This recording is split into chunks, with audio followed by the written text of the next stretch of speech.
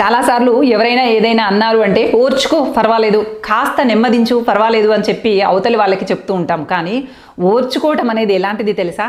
ఒక యుద్ధం లాంటిది. అది ఎవరికీ కనిపించదు, కానీ అంతర్మదనంలో మనమే బాధపడుతూ బాధని తట్టుకొని నిలబడటం అనేది, యుద్ధంలో గాయపడినటువంటి వ్యక్తి ఎంతగా బాధపడతాడో మనల్ని మనం ఓర్చుకుంటూ ముందుకు సాగడం కూడా అంతే బాధతో కూడుకున్నటువంటిది. అయినా కూడా ఓర్చుకోవాలి, ఒద్దికగా ముందుకు సాగాలి. అప్పుడే శిల్పాన్ని చెక్కినట్టుగా నీవే అద్భుతంగా చెక్కుకోగలుగుతావు. ఓర్చుకోవడంతో పాటు కొత్త కొత్త విషయాలను నేర్చుకోవటం అనేటువంటి పదునైనటువంటి ఆలోచన విధానం కనుక నీలో ఉందనుకో, కొత్త కొత్త అంశాలను నీ అమ్ముల పొదిలో వేసుకుంటూ ముందుకు సాగిపోతూ ఉంటావు. నీకంటూ ప్రత్యేకమైనటువంటి శైలిని నిర్మింప చేసుకుంటావు. అంతేకాని నేను ఓర్చుకోలేను, ప్రతిదానికి స్పందిస్తూ ఎదురు తిరుగుతూ కూర్చుంటాను అంటే అక్కడే నీ సమయం అంతా వృధా అయిపోతుంది. ఇంకా నేర్చుకునేటువంటి అవకాశం ఎక్కడొస్తుంది చెప్పు? అందుకే బాధలని, అవమానాలని ఒక యుద్ధంలో పాలు పంచుకున్నట్టుగా ఓర్చుకో.